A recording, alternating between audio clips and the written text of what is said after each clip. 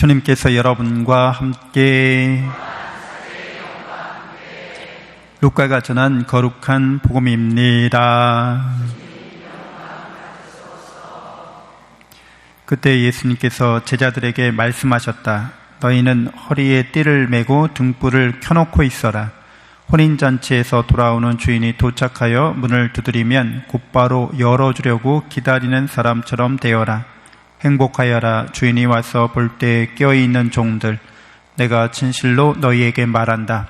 그 주인은 띠를 메고 그들을 식탁에 앉게 한 다음 그들 곁으로 가서 시종을 들 것이다. 주인이 밤중에 오든 새벽에 오든 종들의 그러한 모습을 보게 되면 그 종들은 행복하다.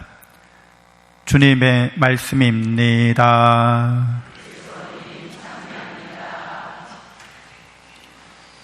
참 예수님, 하나님의 복동이 고맙습니다. 고맙습니다.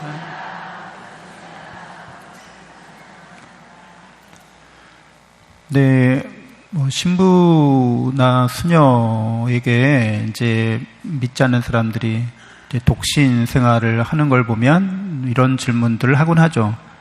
그래서 하느님하고 결혼하신 거예요? 예수님하고 결혼하신 거예요? 라고 질문합니다.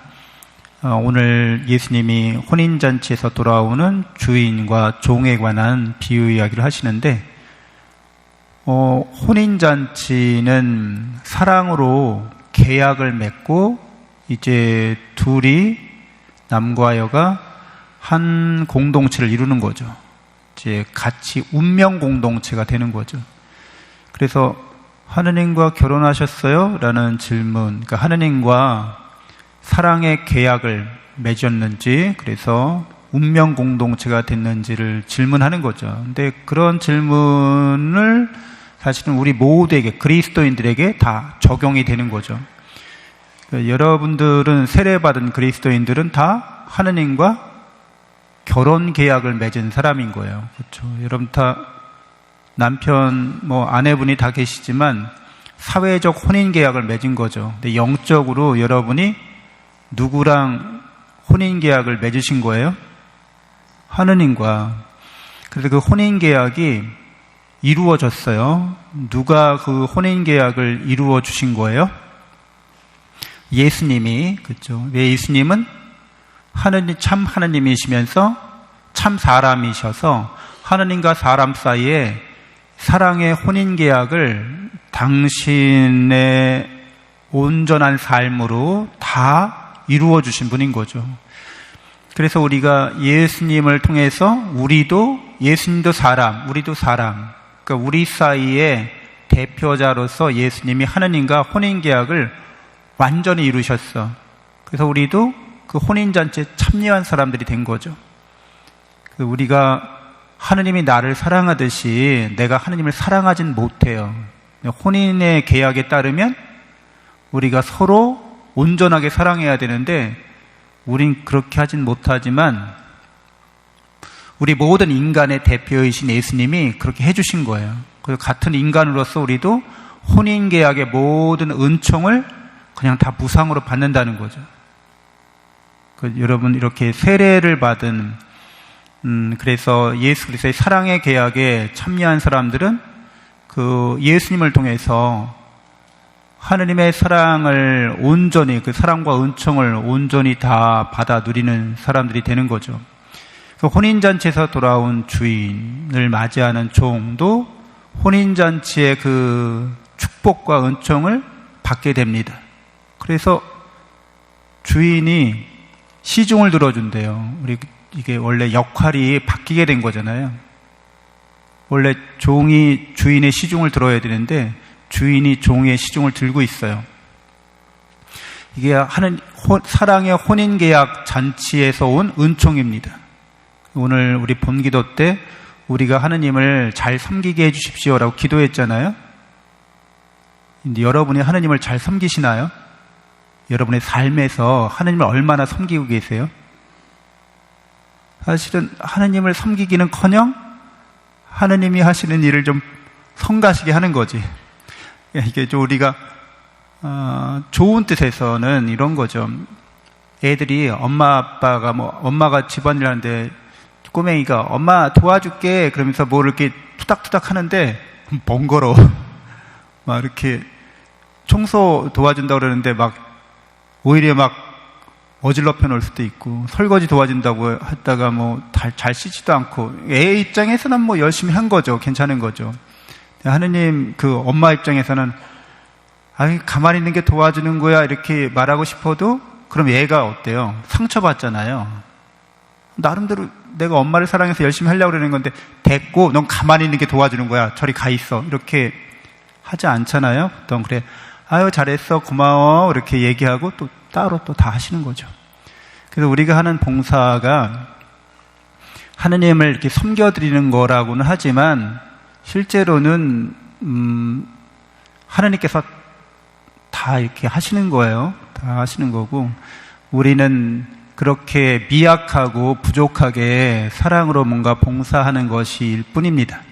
반대로 하느님께서 우리를 섬겨주신다는 거죠. 우리를 섬겨주시는 가장 그 극명한 모습, 절정의 모습이 우리를 죄로부터 구원하시려고 십자가를 지시는 거죠. 십자가에서 피 흘리시고 죽으시는 거죠. 이게 우리가 아무리 노력해도 우리 죄로부터 벗어날 수 없다는 것을, 그래서 하느님께서 우리의 희생양이 되어주셔서, 그러니까 우리의 가장 미천한 자가 되어주셔서, 가장 이렇게 바닥에 있는 자가 되어주셔서 우리를 주인처럼 섬기시려고 종의 신분을 취하시고 죄인의 신분을 취하셔서 이렇게 비참하게 생명을 내놓으신 거죠. 우리를 그런 죄의 값을 대신 치러주심으로써 우리가 죄의 종살이에서 벗어나서 자유로운 사람이 된 거죠. 해방된 사람, 하느님의 고귀한 자녀로서 격상되는 거죠. 그러니까 이렇게 우리를 섬겨주신다는 거예요. 그러니까 우리는 모든 일에 있어서 이러한 하느님의 사랑을 받고 있는 자라는 거죠. 그래서 우리가 이 세상에서 모든 하는 일들은 이런 하느님의 사랑 안에서 이제 의미를 획득하는 거죠. 혼인의 삶이 되는 거죠. 그리스도인들은 이런 예수 그리스도를 통한 하느님의 사랑과 은총을 충만히 받고 있기 때문에 우리가 하는 미약한 일들이, 이런 부족한 봉사들이 하느님께서 다 이걸 충만케 해주시고 온전케 해주시는 것, 내가 하는 것이 아니라 하느님의 사랑이 그렇게 늘 하고 있다는 거예요.